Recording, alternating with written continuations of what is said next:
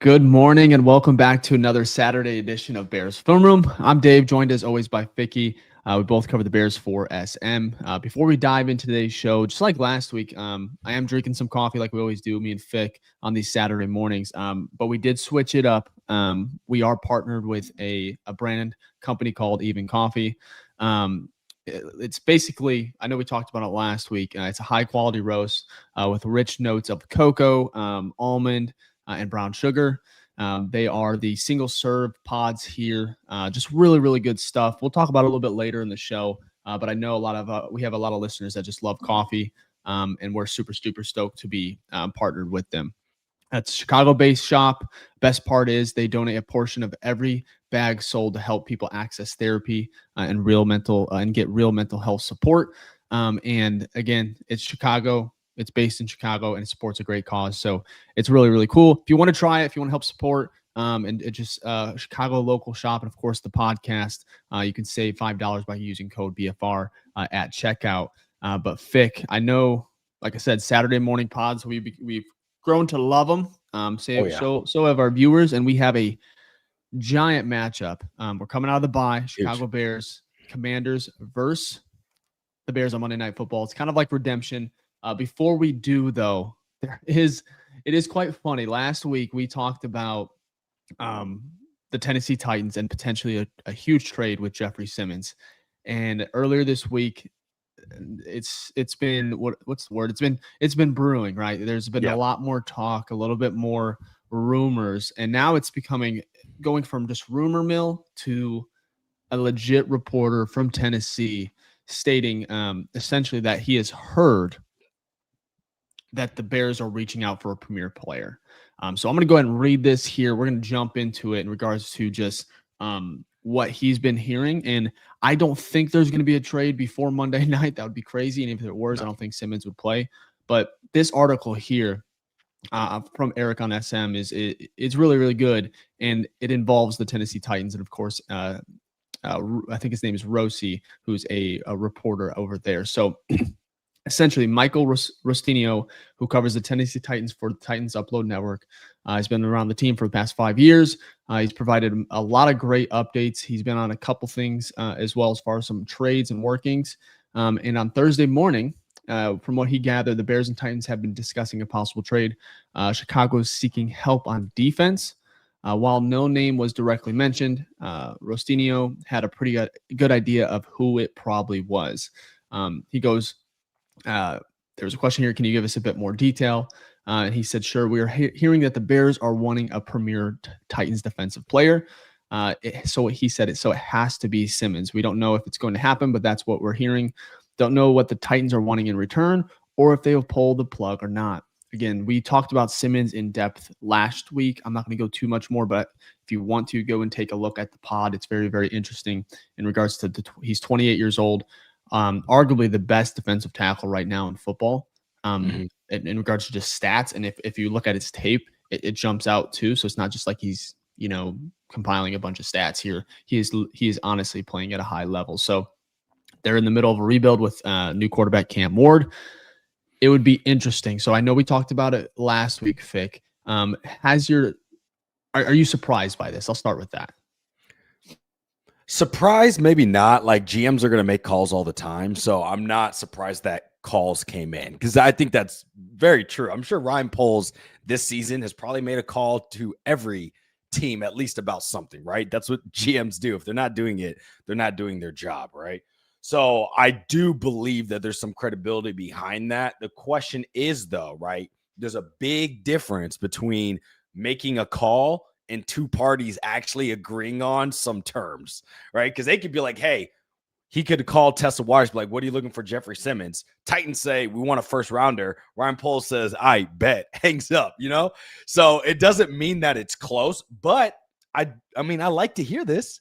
Jeffrey Simmons is great, so I like to hear that you are looking to get, to take a look at a star premier defensive tackle who can help you in the run game, which, just a little preview here, the Bears aren't that great against it, and they're going against one of the best, if not the best, rushing team in the NFL here Monday Night Football. So having someone like that is definitely going to be a big impact and help improve on the defensive side of the ball. So we'll see. Obviously, a lot of these trades, it's always about the compensation, right?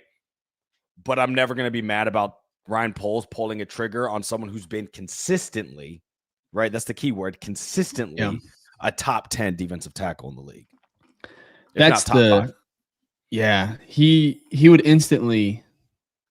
It would just be a jolt for this defense. It would probably.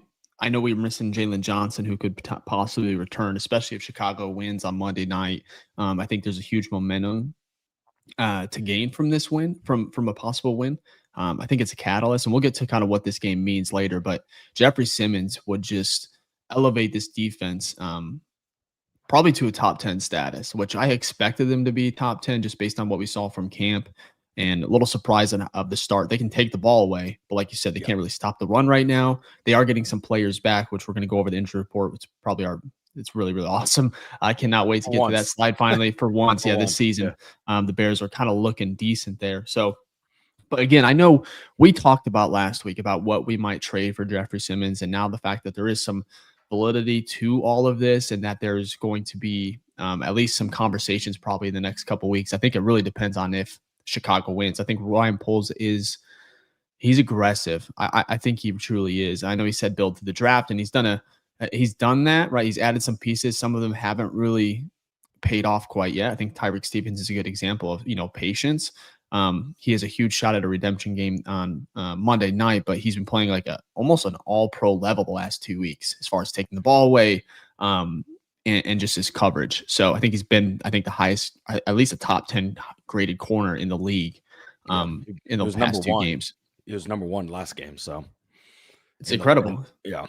Crazy. So it'll be interesting to see, right? I mean, again, a lot of this goes to how well the team is playing to figure out if you're pulling that trigger or not. But go ahead, Dave. Yeah. I wanted to ask you about compensation.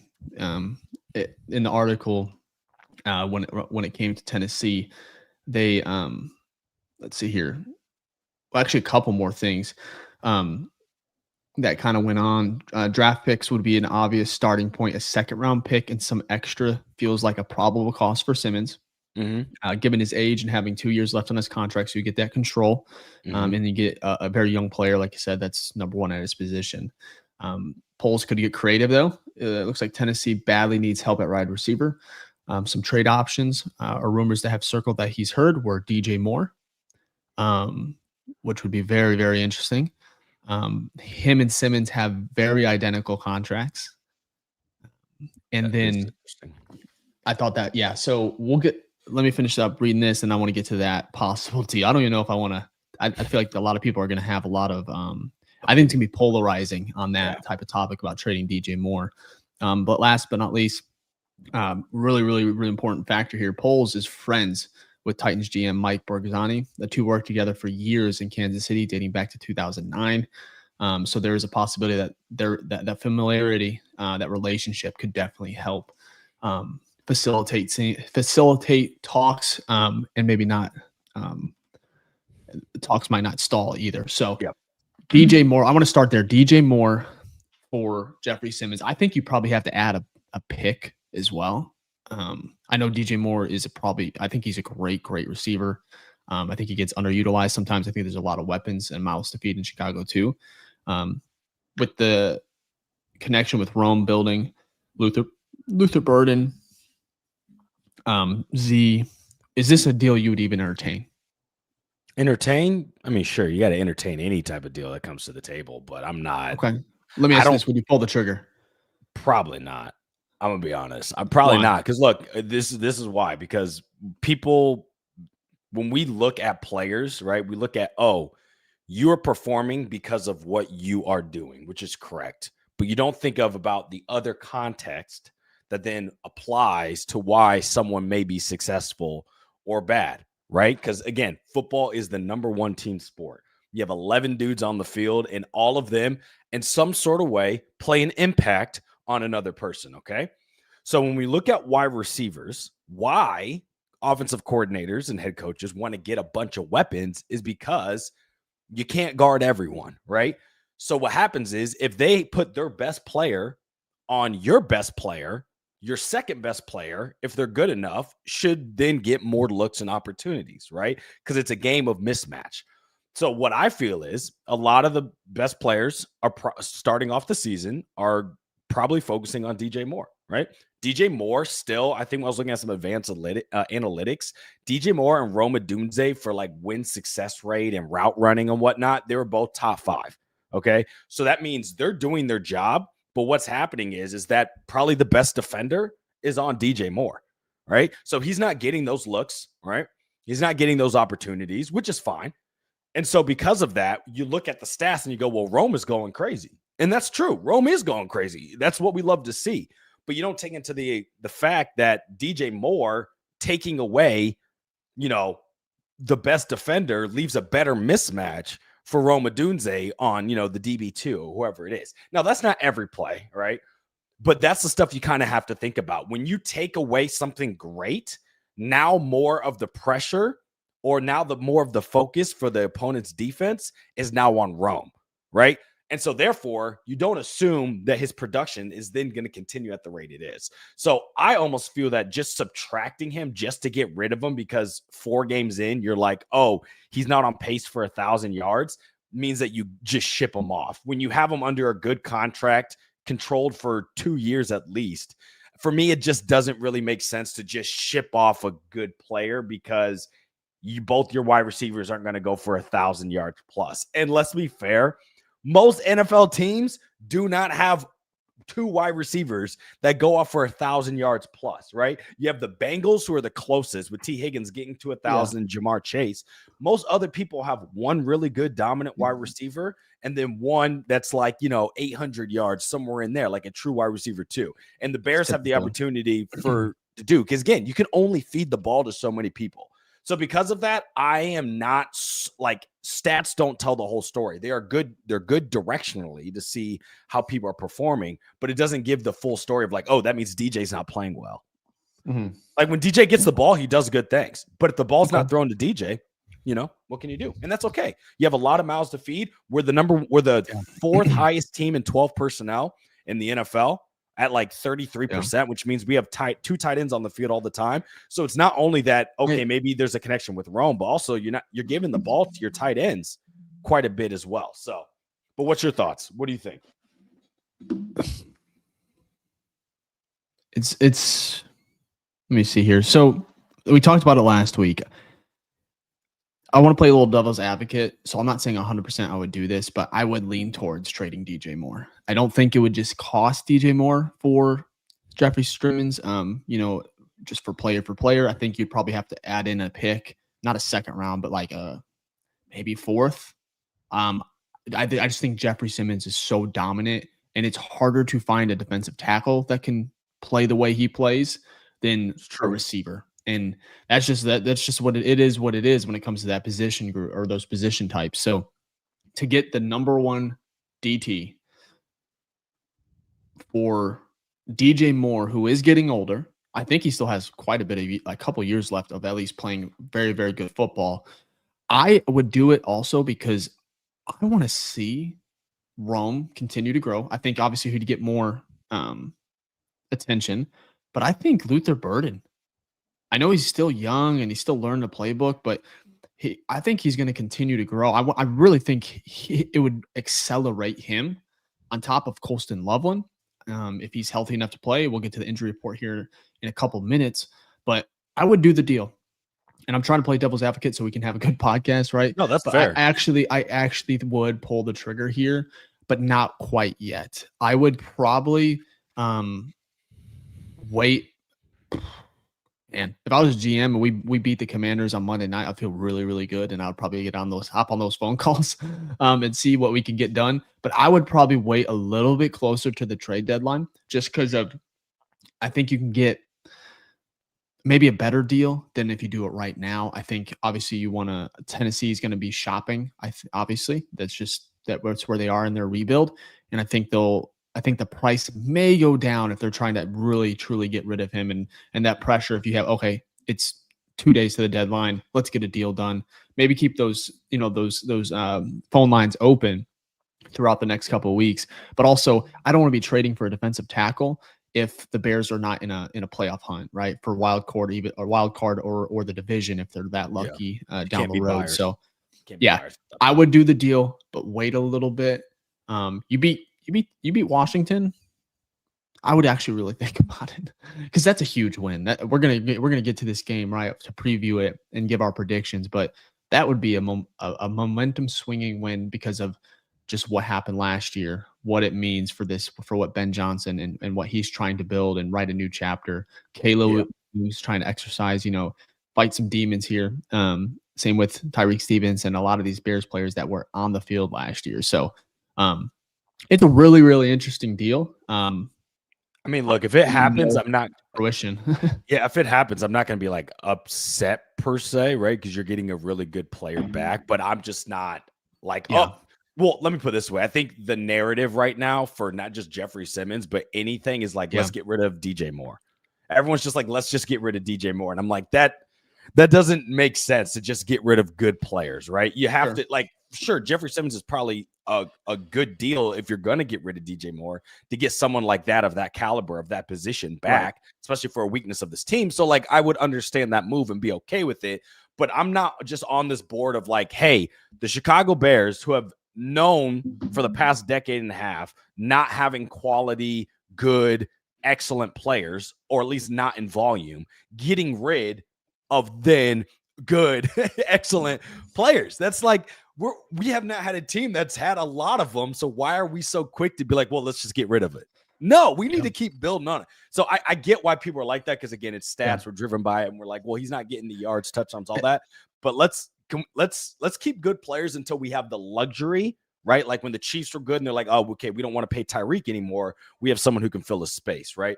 Like get to that type of level, that winning culture where you have more of a volume to where you can have the luxury to make those decisions. We're not there yet, but go ahead.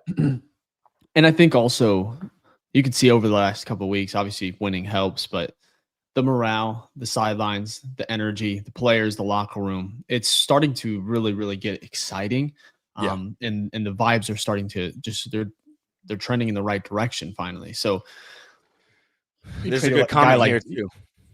Oh, sorry to add on to that. Sorry, I thought you were done there. But do you all think he wants to be traded?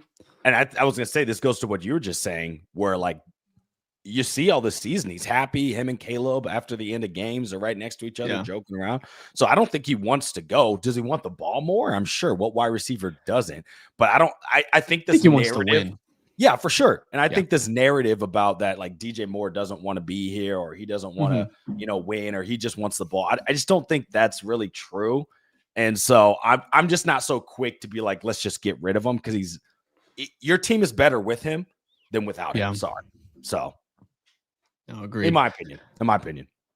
Yeah, I think the morale's everything's going good right now. I wouldn't mess with it quite yet, but to land a guy like Jeffrey Simmons would be that'd be it would be changing. It would alter that defense. And we'll see what happens. I thought it was just funny that we talked about it last week and now even more steam is kind of picked up in regards to some reports. So I mean, look, when there's smoke, there's fire. So it may be true, right? But we still got, I think you're right though. We still got a couple weeks because the trade deadline's week 8, I think, right? November 4th. 4th, yeah. So we got at least 3 weeks. So we'll see what happens. I agree. It probably won't happen until the real quick. There's a question here from Gage Herrera, one of our Patreon members, actually. Absolutely. Would rather trade Komet? No, that would be my preference right now. Again, I don't really want to trade anyone. Right? We need more. I just don't think we're in a position to be shipping off. And Komet's not like. I'm not saying that's a top 5 tight end. He's not. But Komet is above average tight end. No, or 2 weeks. Last game, he was not. He was definitely bottom 5 with that performance. But Komet typically over his career has been an average, slightly above average tight end. So I just don't feel like trading someone that is good unless you're getting something like the deal is so sweet that you just have to pull the trigger. But in most cases, that's not what happens. So, but yeah, great question. Okay. Gage. Yeah, absolutely, Gage. Okay, we're gonna get to this game preview. We want to just kind of discuss that that report with Jeffrey Simmons. So we can't. Also, we're so close to 10,000 subs. We may get at this video. So if you're watching, I think there's about 55% of you that watch the pod aren't subscribed, hit that subscribe button. We appreciate it. Hit the like button here as well. Kind of pushes out for the algorithm. We're gonna go ahead and get to our first break, and then we're gonna go ahead and start our Monday night preview of Bears Commanders. First off, thank you for watching the BFR podcast, the number one show for the fans by the fans. If this is your first time here, please like and subscribe, as it just helps our show grow and helps the algorithm get this show out to other awesome, amazing Bear fans like y'all as we're trying to grow this community. If this is your first time, also leave a hashtag New Face Gang in the chat. That's hashtag New Face Gang in the chat, and we'll give you a shout out before the end of the show. And if this is not your first time, this is your second time, you watched over 100 episodes or anything in between, then you are a true OG, and we want to show you some love as well. So please leave a hashtag OG in the chat, and we'll make sure to give you a shout out before the end of the show. Thank y'all for all the support for the number one show for the fans by the fans, the BFR podcast. Now let's get back to the show. Awesome, awesome stuff. Yeah, super stoked. 10,000 subs. I know we've talked about it all off season to get there. Probably even before mid season. We appreciate it, and we're glad you guys enjoy listening and talking Bears with us. So let's get to our game preview here, Fick. Yeah. What do we got first? We got the injury report. Let's see what, for once. Yes, that we might. I told you I was excited to talk about this. Grady Jarrett, really the only really disappointing news here. He did not practice Thursday or Friday. Now Thursday, the Bears didn't practice, so participation was just an estimation. So Grady Jarrett did not practice. We'll see what his Saturday status looks like, and then of course his game. We'll see. He may actually be out, which would be it stinks. Yeah, it really would hurt Chicago, but let's get back to the rest is going to be really positive in my opinion. We got Kyler Gordon, who is going to be making his first or his debut for the season on Monday night. He was limited on both days, or I'm just going to focus on Friday because that's actually what the players were doing. It wasn't a estimation. So on Friday he was limited, but he said he is good to go. I think the Bears confirmed that too. Dennis Allen's smiling right now. So Colston Loveland, limited. We'll see what he looks like. Darnell Wright, limited. I think that's huge. Austin Booker, full participant, coming back from IR. Same thing with, I thought we had someone, Travis Homer, coming back from IR, which I actually think is kind of big time too, because people forget he's kind of he's a special teams weapon too. Yeah, he does a lot of special teams. So Jaquan Brisker, which was a little interesting. He's a full participant, so he's good. His quad is better. He's getting healthier. TJ Edwards, I think this is also important here to him and Tremaine, Tremaine Edmonds is playing at a high level, to get his partner in crime, TJ Edwards, who can he's just an unsung hero. Probably last year the best linebacker out of the two. Oh, for sure. He is a full. And he should be good to go for Monday night. Jonah Jackson, full. Kyle Monangai, full. Cario Santos, full as well. So, this is what you want. It's a long list, but a lot of good news on it, outside of Grady Jarrett for the most part. So, God, I want Jarrett back, though. I know. We do. We definitely need help on that defensive line. But look, we'll take what we can get. We're never going to have a perfect slate for injury report, but that's the best one. That's the best one we've had so far. The longest, but the best one that we've had for sure. Now let's take a look at Washington. I'll go over theirs real quick. Okay. So Terry McLaurin, that's the big one. He has not participated all this week. He was out last week as well. Quad injury. Signs are saying that he's probably not going to play. I think that's what Adam Schefter was talking about as well. So he's not going to play. You have running back Chris Rodriguez Jr. He did not participate on Thursday or Friday. Not their starting running back, so it doesn't really matter. This one's interesting, though. Noah Brown, their wide receiver 2, since Terry's out. He had a groin issue. He's limited, so I expect him to play. Obviously, their number one wide receiver right now, Deebo Samuel Sr., who they traded for. He did not participate on Thursday, but he was limited on Friday, so I expect him to play. Then you have tight end John Bates, who went full. A huge one on this list is actually their guard, Sam Cosmi, who is out, and he's a pretty good player. He is now full, so that'll help beef up the right side of their line. And then obviously Jaden Daniels played last week, and he looked like the Jane Daniels of old, and he is going to be playing this week. So no surprise there. Really, the big name on that list is Terry McLaurin. But, obviously that's going to help our defense. But this Washington offense has looked just fine without him. So yeah, but I don't want him. Oh, please. For sure. Yeah. Stay over there. Yeah, for sure. It helps us out, but it's like it's not like they lost him and then forgot. I remember, and this is way off topic. I remember the Packers were missing like Watkins. This is like maybe I think this was last year. Game number 1, or maybe where they had all like their wide receivers out and still diced us up. Yeah, and they just, Jordan Love just killed us. Yeah, and I was like, all right, what's the hell? Their quarterback. So it's not like Jane Daniels was out. No, Terry McLaurin would be very, very interesting, especially with the Bears getting some guys back on that defense. So, look, I'd say we always look at the injury reports to see who kind of is faring, in a more positive direction. I would say for once, it's us. Now our list again is longer, but we have a lot of guys coming back, and they just have Terry McLaurin now. But that's a big deal. I mean, it's scary Terry for a reason. Comment here from Gage on YouTube. He goes, Homer is one of those perfect supporting players in regards to Travis Homer coming back from. I 100% agree. That's like the perfect way to put it. He's gonna add. He's gonna basically just make a little bit of this different parts of the roster better. Like you said, special teams. I think he can get 4 or 5 good reps at running back. He can catch the ball out of the backfield. Getting a little bit older, but I'm excited about what he could bring to it. And Austin Booker. I think that one, I don't know what, it's like a wild card for him because we were so hyped last year, heading the season. He didn't do much. Hyped this year. Then he got injured before week 1. I think he can bring a big boost to that defensive unit or that front.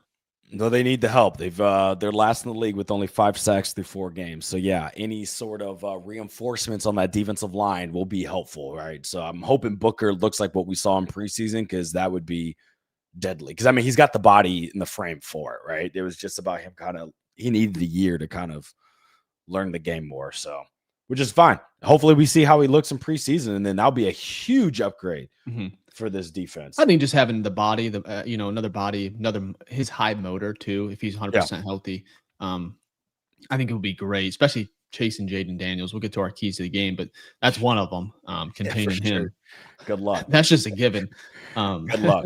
Yeah, that's gonna be okay, let's move on, Fick. What we got next? Team overview. We got the wonderful footballs. This one is not looking so great, guys. I'm sorry. Just look. Washington's a good team. Yeah, they're a good team. The biggest thing on this one, when you're looking at, let's look at Washington's offense first. Number 1 rushing team in the NFL. They have 5 footballs because they are number 1. There is no team that runs the ball better than the Washington Commanders. And shout out to the 7th rounder, which I think has been basically a meme at this point, but Ja'Cory Merritt, right? Our Krosky Merritt, who goes by Bill. So there's just tons of Bill Nye memes around him, but he's been going off. Obviously, Jane Daniels is still the running quarterback. He is. So, this rushing offense is dominant. Their passing game has looked really well. Debo's having a resurgence, leads the team in target share percentage, and he's catching like 76% of passes. So, he's obviously having a great bounce back year, and that was worth every penny of the trade that they made there. And their blocking has been about middle of the pack, but, it's good enough. And guess what? All you need is your blocking to be middle of the pack when you have someone like Jaden Daniels who can run away from literally everybody. So that is definitely the big one here, is their offensive run game is huge. And as you look at the Bears defense against this Washington Commanders offense, you can look at the run defense and you see there's 0 footballs. Yes, 0 footballs. They are dead last in the NFL in rushing. They give up over 160 something yards per game, 6.6 yards per carry. It's awful. And like I said, it's kind of a matchup in hell, because if the Commanders are the number 1 team running and we're the dead last team against stopping the run, I wonder what they're going to do Monday night. So that's definitely a big one to look out for. Hey, but that's why getting Kyler Gordon, getting TJ Edwards, getting those guys back, I think that should bump us up a couple spots. I hope so. It's got to, because it is very abysmal. Okay, our pass defense has been it's been pretty solid, especially with the pieces that have been down. The call out for the Washington defense, though, is their run defense is actually what's been good for them. Their run defense and also pressure rate. Their pass defense is actually kind of sus, so I wouldn't be surprised if Caleb actually goes off. But this game is really just a matchup of their strengths and our weaknesses perfectly aligned for Washington. They are better at the run. They're better at stopping the run. We can't stop the run, and we can't run the ball. And so you can see that here where they have 5 footballs for rushing. We have 0 on the other side. When they have 4 for run defense, we have 0 on the other side. And that's why they have 20 footballs and we have 10. Now, doesn't mean it's going to necessarily be a blowout, and we'll talk about our predictions coming up, but it's not looking great when it comes to how well their offenses, like the strengths of their offense versus the weaknesses are of our defense, and then vice versa. So it'll be interesting to see. I mean, coming off a bye, you never know what can happen, but from the data we have so far, no bueno in that run game category. And Vegas kind of believes it here as well. So if we look at the odds, they have basically us at a +4.5, which is a point more than just home field of being on the away team. And then the over under a 49.5. And then the money line is +185 for Chicago. So we are obviously the underdogs. Vegas believes that. And that's, I mean, as we looked at the team overview, that kind of makes sense. But Dave, is there any of these, if you were betting, would you bet on any of these? And then what's your thoughts on the kind of the team? Well, I think the weather, from what I've seen in the comments, isn't going to be great. Like rain. Yep. We'll see. I would go under on points. Yeah. 49.5.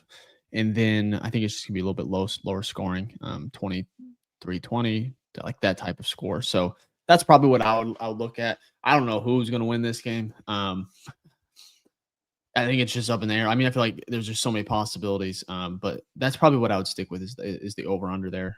49.5. I like the under.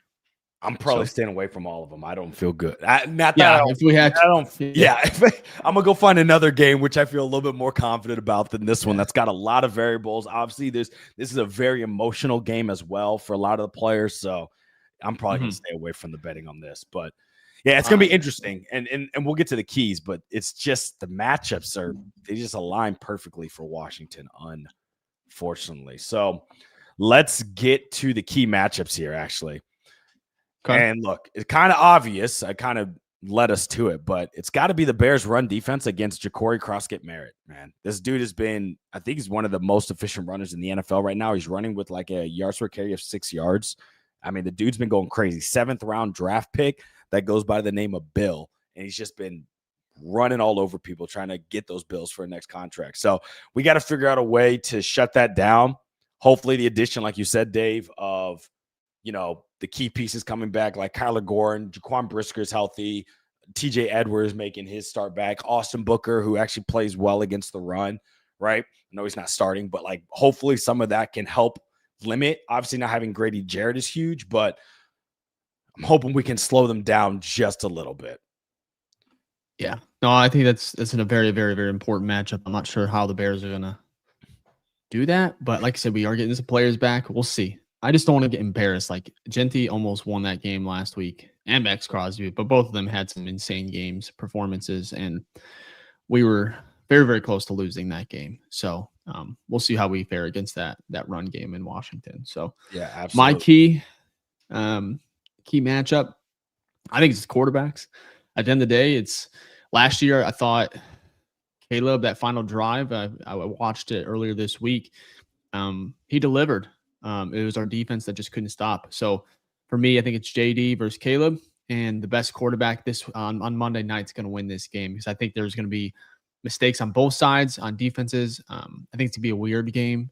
And at the end of the day, we're going to see which quarterback either gets the ball last or just who can make the most plays and limit the mistakes. So I think it comes down to those two, and we'll see. I think Caleb's delivered in some big moments, and we'll see if overall the team can kind of do the same thing, right? Because Caleb can do everything, right? And then the defense failed him last year, failed the entire team with that Hail Mary last year. So for me, between these two quarterbacks, they're always going to be talked about, right? So it's about time. Hopefully they start talking about Caleb, and the Bears can get a win here. So we'll see.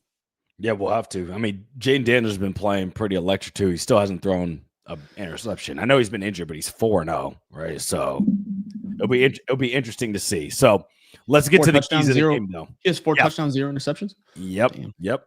Not great. Okay, keys to the game, though. I've been talking about it ad nauseum already, but you cannot give up 150 rushing yards. You just can't. You give up 150, you're probably losing. And we've done it almost every game. And when they hit 150, other than last week, so bro, high. I know it is, but this is what's been happening, and it's unfortunate. Jeez, I had to be realistic. They're going to get over 100. Let's be real. It's like, don't give up 300 rushing yards. That's what it looks like. It's what it feels like when we watch these games. But yeah, you can't give up 150 rushing yards. And look, they're going to get over 100 with their running game that they have, and also just Jaden Daniels himself, just being him. But you got to limit it a little bit here. And then speaking of limit, you got to limit Debo, right? You got the secondary back to do it. Debo is, I'd say, a good wide receiver, but this isn't Justin Jefferson.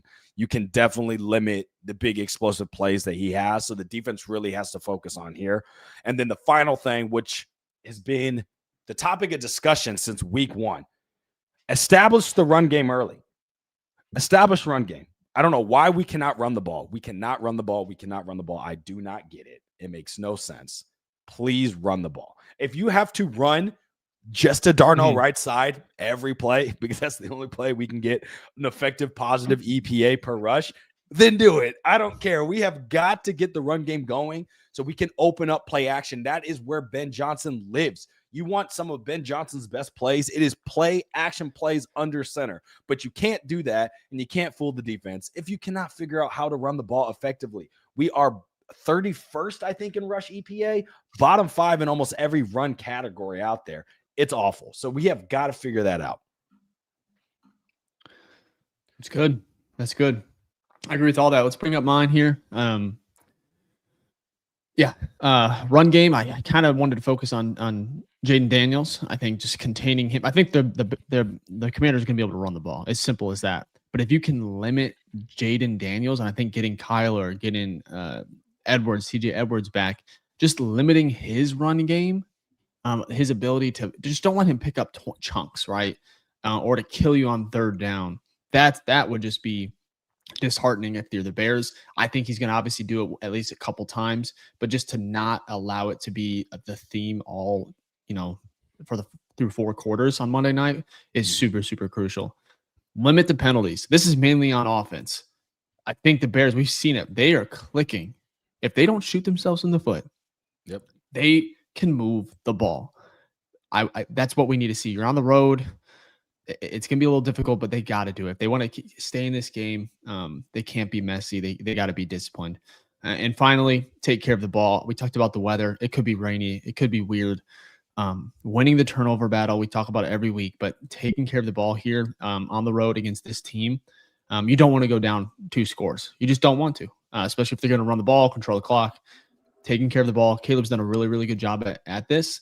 And it's going to be even more crucial to do it on Monday night under the bright lights in Washington. And those are my keys to hopefully the Bears getting the dub, getting a win. And like I said, I think it'd be momentous. It'd be a huge, huge win for this team. And I don't care I'm not going to diminish it or try to play it down. I think there's a lot on the line here. We saw it last year. Bears lost last year. Should have won. Didn't win again until last week. Exactly. So it could derail your season, unfortunately. Sure hey, if you don't mind, Fit, can I share my screen real quick? I want to compare. We talk about Jaden Daniels and Caleb Williams. I want to share my screen. I pulled up their stats here, head-to-head. Let's see here on stathead.com. And it's quite interesting here. So Jaden Daniels versus Caleb Williams. This is just overall. Caleb's played 21 games. Jaden Daniels played 20 so far. Can you see it? Yeah, I can see it. Okay. So we'll start here. Caleb Williams, he's on the left. Jaden Daniels on the right if you're watching on YouTube. So we'll start here scrolling. 20 games. I think this is average value. Is that right?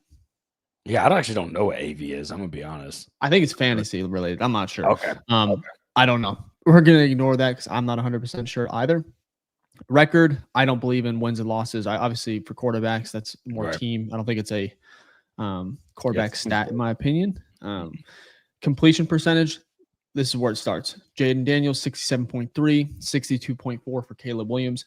I think Ben Johnson talked about it too last year in his press conference 2 days ago about how accurate Jaden Daniels is. A lot of his focus, he gets a lot of attention about the plays he makes, the ability to extend and run and use his legs, but he's a very, very accurate passer.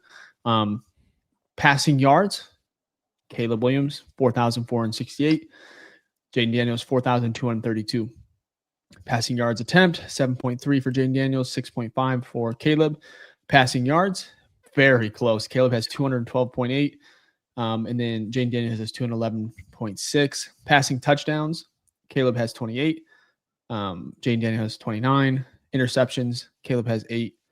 Jaden Daniels has 9. They're very, very close in some of these. This is where it gets a little out of hand, I guess. Rating, 89.7 for Caleb, 98.9 for Jaden. And then the rushing attempts, rushing yards, about 600 for Caleb Williams, 1,115 or 1,015 rushing yards for Jaden Daniels. Their rushing yards per attempt, very close, 5.7 for Caleb, 5.8 for Jaden Daniels. Touchdowns, there's a big difference here. 1 for Caleb. Jaden Daniels has 6. So also 1 Pro Bowl for Jaden Daniels and none for Caleb. But I just thought that was yeah. That's why is that on there? That's interesting. I just thought they're actually kind of close. Like there's some drastic, and I think there's also a lot to say about where you land. Matt Eberflus, Shane Waldron, year 1 for Caleb. Jaden Daniels is in the same system. Cliff Kingsbury, year number 2 with him. A lot of stability in Washington. Obviously, more so than what Chicago was in year 1 with Caleb. But I mean, look, stats, obviously, I just talked about stats don't tell everything, but they are good directionally. And so with understanding where people are like, Caleb sucks, well, I'd look and be like, well, he can't suck. He may not be great, right? If that was your argument, because if you look at his stats versus Jaden Daniels, there's a lot of similarities, right? Sure, Jaden Daniels has more rush yards, but he has more rush attempts. The rushing yards per attempt is nearly the same. Passing yards per attempt is up by 0.8, right? They're nearly close to that, right? The attempts and the completions, a lot of that deals with the context of, the plays you're running. There were so many times last year where we were running screens, right? That obviously is going to add negative effect on your stats. So again, there's a lot that goes into it, but I think that is just good for people to kind of level set and have an understanding of like, there's a lot that we can get from Caleb and Jaden too as well, right? But they are in a closer bucket than what you think. This isn't like there's one guy and then that's it. There's another name to think about. I know that's not including this pod. Drake Mays also had a pretty good year this year as well. So that draft class is looking pretty solid. First 3 picks have all been playing well through their 2 years. You don't normally see that very often. So interesting times, though. We'll take it. Look, again, the comparison game is going to be the thief of joy, so I wouldn't worry about it too much. Let's just go out there and get wins because that's what really matters. But I feel good about the progress that Caleb has made this year, and you just hope he keeps stacking that. So then you have your franchise guy at the end of the year. It doesn't matter if he's the best player. I don't think the Ravens are mad that Josh Allen looks good because they have Lamar Jackson and vice versa. I don't think the Chiefs are mad that Lamar Jackson looks good on the Ravens because they have Patrick Mahomes. You're never going to have the number 1 guy every season. It's about making sure that you have a Patrick Mahomes, a Lamar Jackson, or Josh Allen. That's what we're trying to get to. And these guys have a long way to go, but that's the only barometer I'm worried about. Do you have your franchise starting quarterback? That's good stuff. DBB, they said it's approximate value. It's kind of like baseball war. So that makes sense. Okay. Cool. I just wanted to kind of go over those stats. I was actually shocked at how close it was, especially with the dysfunction last year. So overall, good stuff. We'll see how this head-to-head matchup goes. But let's take our another break here, and then we're going to finish up with our preview and then predictions for Monday night. All right, we're going to get back to the episode real quick, but I had to take a moment to pause and tell you about something awesome that we have cooking up over here at the BFR podcast, and that is our Patreon membership. You can join our Patreon, the BFR Den, where we have a bunch of great exclusive stuff that happens monthly, like monthly giveaways, private Zoom calls, mailbag episodes, and much, much more to come. I mean, we've got tons of features in there. We've got 2 tiers. We have our top tier, which is $10 a month, our Hall of Fame tier. What comes with that, which is very exclusive, is our private Zoom calls with our members. So every month, you're going to get a private Zoom call with me, Dave, and Jack, and we just get to talk about whatever, shoot the shit, football, life. It's a wonderful time. And then if you want to go to the lower level, we have our Rookie Grizzly tier, which is $3 a month. And what that includes is like the private Discords, the monthly giveaways, the free merch, all the events we have coming up, things like that, access to exclusive merch that's only for our Patreon members, and any other cool features. You'll get that at the $3 level tier. And then with the $10 level tier, you will get the private Zoom call as well. Now, you can join for free. We do post our monthly calendars in there, so you can kind of see what we have going on each month. And we post our episodes there as well. So if you want to join that ongoing community, which we keep building up, please do so at the BFR Den on Patreon. Also, as well, we give a shout out to all of our Patreon members every single episode that we do. So if you join, we'll make sure to show you some love on every episode as well. So again, you can join the BFR Den on Patreon at the BFR Den on Patreon.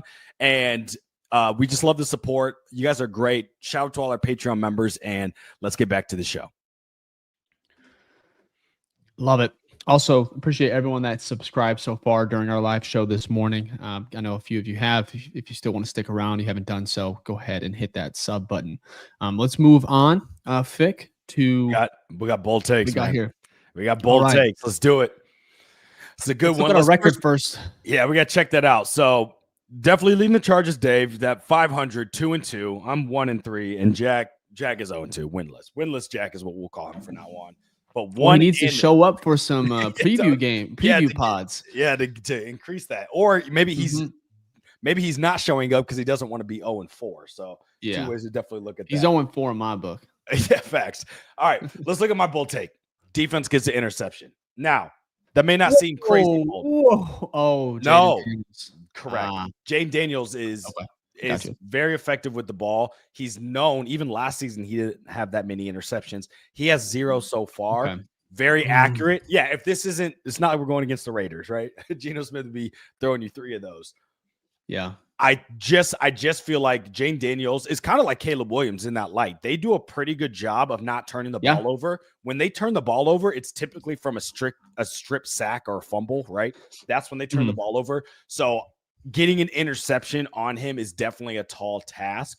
But if there's a defense to do it, it'd be the defense that is second in the NFL with 9 turnovers through 5 weeks, and that's the Chicago Bears. So right. I'm hoping that can be the case.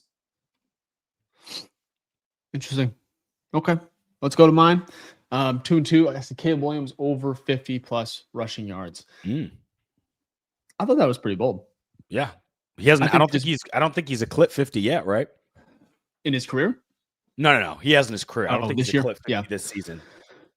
Not this year. I think he just. Excuse me. I think they just make some plays down the stretch, especially like a fourth quarter, where he maybe needs to pick up 20. He just picks up 20, 25, a big run where they just lose contain.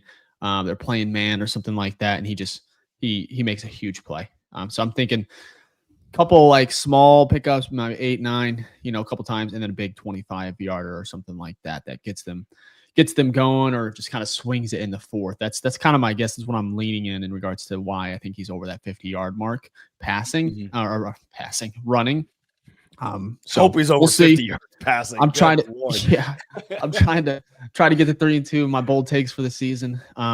So I looked it up. He did have over 50 week 1 against Minnesota, 9 rushes for 58 yards, but everything else has been under 20 yards. So we talked about this though, right? Consider it bold still? I know. I still think so. Last year, when he ran out of the pocket, he was thinking about running downfield, right? This year, we've seen it where he's still looking to pass. And I think you're seeing that play out on some of his rushing numbers, which is totally fine. I'd actually prefer my quarterback to run less. I want him to have the ability to escape the pocket. But as you see, and what you saw with Jaden Daniels, one hit and you get folded like a lawn chair, and then you're out. So, yeah. Yes, It's funny. this is Gage here with Jack hiding because he owes me money. He does. He owes you $20 for that bet. So that is funny, Gage. That's Never that's made a that great one bet. there. Oh my Common goodness. I don't know guy why he made the knows bet. that And over. for those who don't know, Jack made a bet that Kyle Monangai would be the starting running back 1 by week 2. Mhm. And it's week 5, and that's still not the case. So Yeah. yeah. Real quick here, Thomas Woody. How about them Cubs, Dave and Ficky? I cannot wait, man. Game 5. If they tonight. win today and the Bears win on Monday night, it will be one of the best 3-day stretches in Chicago sports in a very long time. This actually sucks for my stress level. I know we didn't talk about our normal catching up to start the show, but I have 3 big games this week. You got obviously Cubs I'll go in order. 3:30 today. Number 7 IU, my alum, plays Oregon, number 3. So top 10 matchups. Mhm. IU has the longest streak in college football history of losing 42 straight to top 5 teams. All right. So my anxiety is already through the roof. Then later, when that game ends, probably at 7:30, 8 p.m. my time, then come on the Cubbies, game 5 against the Brewers in Milwaukee. And then obviously we have the Monday night game against the Commanders. These are big games. So I can all walk on the away national stage. on the national stage. I could walk away easily being 0-3 and just being a depressed little boy. Or I could be ready to run through a wall if my team sweeps it. It'll probably be somewhere in between. But yeah, we got some big games this week. But what a big win by them, game 4, man. Thought they're, great homers in there. That's a good way to do it. Just make sure, don't give them an opportunity to come back in that game. And they did. 5-0? So good stuff. Good stuff. Need this one. So. Definitely need it. And then what? It'll be the Dodgers next, right? Because Dodgers beat Philly. Yep. Think so. Good one. Cool. All right, let's get to score predictions though, on where we lie and who we think will win. First, obviously, we got to talk about the record. So Dave led the other one. I lead this one. So Dave is 2-2. I'm 3-1, and we'll just say Jack is 0-4. That's just where we're gonna stick with. So kind of the flip of what we had in the other one, but everyone's in the positive, at least from Dave and I's perspective here. And we'll be leaning one way on this one for sure. So I have the Commanders winning 27-21, right?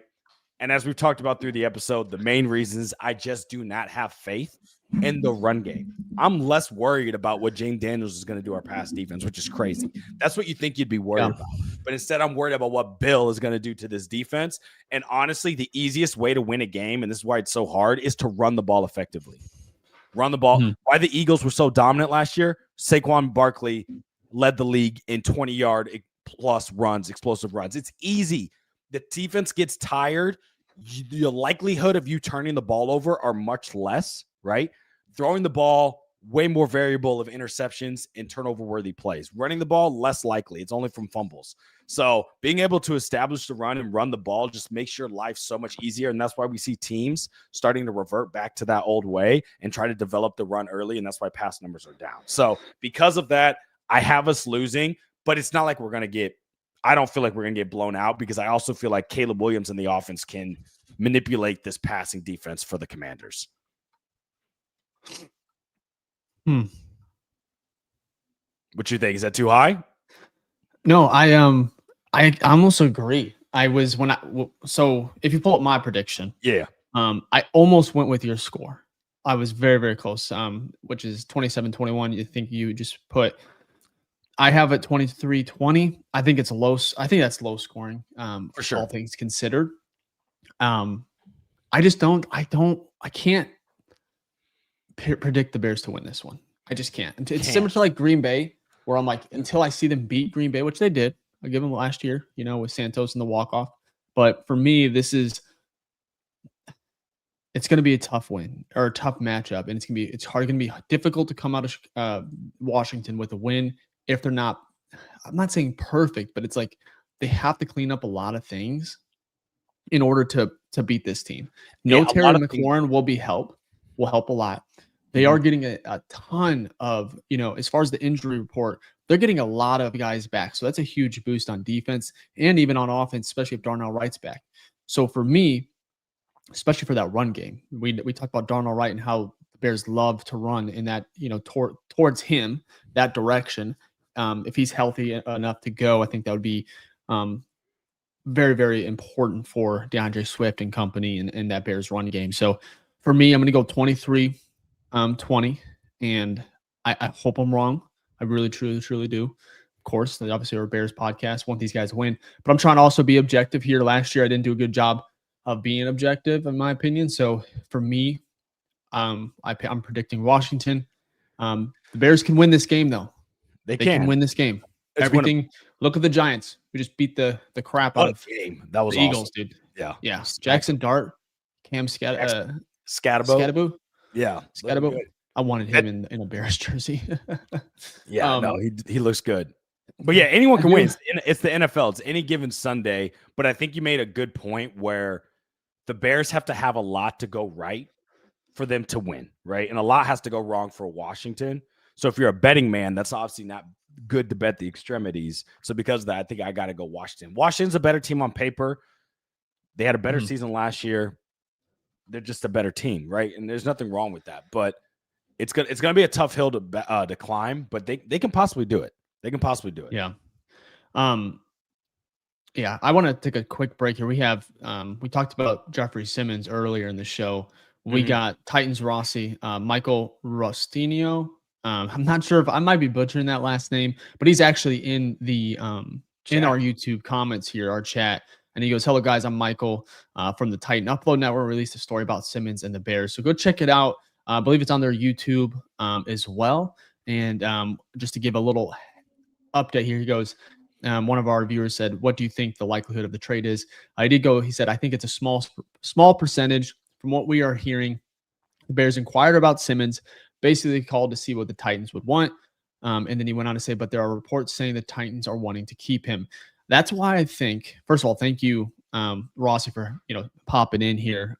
Give him a follow on Twitter, and also check out their YouTube as well. So, but it is interesting, in my opinion, that they're at least calling. So I think maybe a couple weeks from now, it could look a bit different depending on where these teams are at, especially the Chicago, and if they can continue to maybe get a couple wins together, and you're looking at 5-2, I think there's a little bit more momentum on that side of the ball, for sure, or on this side of the GM. So yeah, the GM about you, they get a little greedy once they start winning. So yeah, I definitely agree with you there. So we'll see what happens. It'll definitely be interesting. Definitely something to keep an eye on. But who knows? The Ryan Poles' trades have always been someone you never thought. To be fair, it's always someone that's not talked about, and then you end up getting them. So whether it works or not, that's a different story. But it's typically someone from left field. So let's get to the Monday headlines, though, here. So I have Caleb wins, but Bears lose. Pretty simple, because I think the QB1, QB talk will be diminished a little bit, right? Like it won't be as much of a discussion point because Caleb will play well.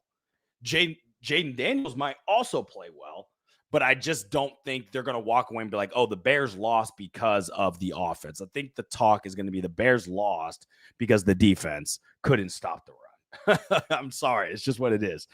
When you have the worst and the best colliding, typically it's not a good sign for the worst side of the ball. So, yeah, I have Bears win. I mean, Caleb wins, but Bears lose. Okay. For you, Dave. I have not good enough. Simple. It's. I think it hurts when you read it, and I think this one's gonna hurt you. No matter what happens, if it's blown out, I think it's a close game again. It's gonna hurt, right? Sure. And just, I think it is a closer game. I don't think there's gonna be a blowout here. They're gonna get close, and it's just not good enough. That's. I'm hoping I'm wrong. That's my gut feeling here when it comes to the Bears. I think they're gonna do a lot of good things, but there's gonna be a couple moments here where it's just gonna be a little rocky. That's what happens with Ben Johnson. You're on the road. Ben Johnson, new regime, offense. You're coming out of a bye. I don't trust the Bears out of a bye. Never have. It's hard to with their track record. Yeah, because in the last 12 games, they're 2-10 after a bye. Yeah. And in the last 10 games, they're 1-9. So the only coach that's won after a bye was Eberflus, where they upset Justin Fields, upset Detroit after their bye in his second season. But other than that, yeah, we're off. Yeah. Of course, we haven't won many games. But we have not seen Ben Johnson led Bears team out of a bye. So there's room for positivity. He's 2-1 after a bye, see. at least in Detroit. His 3 years, he Yeah. was 2-1. First year, which I wrote about the article on this on smsportsmockery.com, so check that out. But his first year as the offensive coordinator, they didn't come out and win the game. But then the second and third year, their offensive production after a bye like doubled and tripled. So it seems like he takes advantage of that bye. We'll have to see, though, is this going to be the first year like representation of how his first year was in Detroit, or will this be more like his second and third year? Because again, you have to go back. That was his first year also calling plays and his first year as an offensive coordinator. So some of that plays into part, but again, it is his first time calling plays for this team. So we'll have to see what happens, but I think that's going to be something interesting to watch, to see at least from the beginning, Dave, how you talked about like limit penalties, like the mental stuff. Typically what we saw with a pass regime out of a bye, they're still making mental errors out the wazoo, like the first quarter. Yeah. So, bro, you had a whole week. You had a whole 10 days to figure this out. Like, why are you making your first play a false start? So it'll be definitely something to keep an eye on. Yeah, for sure. Yeah, we'll see. I hope we're both wrong when it comes to our predictions. Hope the Bears win, of course. Of course. I think that's about it. Let's get to kind of our shout outs and maybe answer any questions you might have, and then we'll go ahead and get out of here. Does that sound good, Fick? Yeah, sounds great. First off, this Gage left a comment for Titan Rossi. Said, well, thank you for coming here on behalf of all BFR fans. Yes, thank you so much for coming here. And then also shout out to the fans. Y'all are freaking awesome. Like Gage here. Thank you for being part of the Patreon. Thank you for joining our Discord, which is free, which you have a bunch of great stuff going on there. Because, again, this is the #1 show for the fans, by the fans, Bears Film Room. Dave and I are fans like y'all. We love the highs, the lows of this team, all the drama and everything in between. We watch it from the same lens as y'all. Though we do cover the team and write articles on the team and do deep analysis and have a podcast, we're also fans at heart. So we're really trying to build a community here of just awesome fans like y'all so we can keep this going. So again, shout out to y'all for almost getting us to 10K. Like, we are so close. If we maybe even hit on this episode, if you haven't, go ahead and like and subscribe. We really do appreciate it. We thank you again for joining the #1 show for the fans, by the fans. Again, the #1 show for the fans, by the fans, Bears Film Room. So we appreciate that. Now, speaking of fans, let's give a shout out to our OGs and our new face. If we got some in here. So we got Thomas Whitty with the #OG, ready for the next Zoom. Can't wait for the shirt. Absolutely, Thomas, getting that shirt out to you soon. And we need to see you on a Zoom, because I don't think you've made one yet. So they're definitely a great time. We'll make sure to post that in the schedule for this month, and it will be later this month. Ken with the #OG. Shout out to you, Ken. We got a Patreon member as well with Gage, the OG of the OGs. Join the Patreon, join the Discord. Yes, please join the Discord. It's free to join the Discord, guys. And on there, we have weekly competitions. We literally have a weekly score competition where you just predict the score. The closest winner wins for that week. You win free money to our merch store. You know what I mean? And then we're going to do the end of the year giveaway, a big giveaway for whoever was like the winner of the year for the weekly prediction. All free, plus a bunch of cool people in there that just talk about football, college football, other sports, music, gaming, whole bunch of stuff in there. So go ahead and join the Discord. Link is in the description. Let's get to our other Patreon member here, Hall of Fame from across the pond, Michael with the #OG. Appreciate that. And then we got In Peril here with the #OG. Trade Montez for a pair of tube socks. Not worth the contract at all. Can we get more than the tube socks, though, please, if we're going to do that trade? Like, give me a pack. Give me a pack of 12 at least. And then Titans Rossi says subscribe. We really do appreciate that. If you want some Titans content or hear some more stuff about Jeffrey Simmons, Bears fans, make sure to check out that channel as well. Like Gage says, definitely be giving you a follow. Thank you, Titan Rossi. Yeah, that's awesome. Okay, so I think that is all of the OGs. If you want to try to throw in your new face gang, new follower, OG before the end of the show, go ahead and do that, because I'm going to give a shout out here to our Hall of Fame members on Patreon, talk about that, and then we will close out the episode. All right, let's get to a Hall of Fame Grizzly member. Shout out to Michael from across the pond who's in the chat. Gage, who's active in the chat as well. We got Phil. Shout out to you. Michael Berry Sr. Angie Wright, who we're trending in the positive direction. Shout out to you, Angie. Daniel Jones. We love the name, also from across the pond. Thomas Whitty, who's in the chat. Tito, and then also Dave. Love y'all. Y'all are fantastic. Shout out to our Hall of Fame Grizzly members. But not only them get love, also our Rookley Grizzly members get love as well. Alex, who's probably lifting as we speak. Chris, Ethan, shout out to Caleb, and then also Jason as Well, we appreciate all of you guys being Patreon members. Look, if you want to join the Patreon, we got 2 tiers, $3 tier, $10 tier. $10 tier, you get an exclusive monthly Zoom call with Dave, me, and Jack, and all the other tiers. And then, all the other features. And then the $3 one, you get access to free merch every month, right? We do giveaways all the time. We have mailbag episodes in there. We got access to a private section of our Discord. We got Patreon exclusive merch as well. So we got a bunch of cool stuff in there. If you want to check it out for free, you can do that as well. We post our episodes and we also post our schedule for the month, so you can see the cool stuff that we got going on there. And you get to talk to Dave and I, which is a great time. So appreciate all the Patreon members. Shout out to y'all again. This show would be nothing without y'all fans, because this is the #1 show for the fans, by the fans. Tell a friend, Bears Film Room podcast. All right. I think that's it, Dave. Any final thoughts? Yes, we have OG first time chatter, _winter streamer. Appreciate you. Type it in the chat. Always fun to see new faces in there. And then we have Master Stoltz. I'd love to become an OG. Simple way to do that. Just watch the show, join the live streams. We'll get you shouted out every single show. Yeah, we appreciate it. It's just been growing. We appreciate you guys. I think I said it last week, when we hit 10K subscribers, which we're very, very close. Be sure to be following all of us on socials, because we're going to have a massive giveaway for that milestone. Again, show is presented by Sports Mockery. We appreciate them, their support. And then check out all of our work on sportsmockery.com.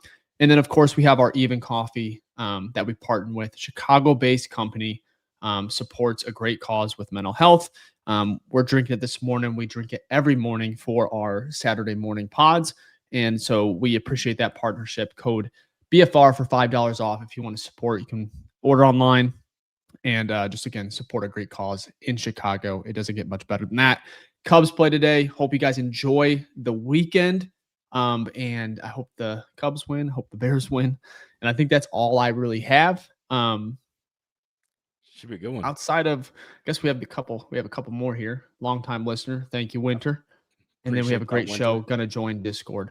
That please. Discord, is it in our comments or in our it's in YouTube? It's in our description. Yep. And also you can see the link on go to our Twitter pages. Sorry. Oh yeah. Go to our profiles. You can find it in there as well, or you can DM us.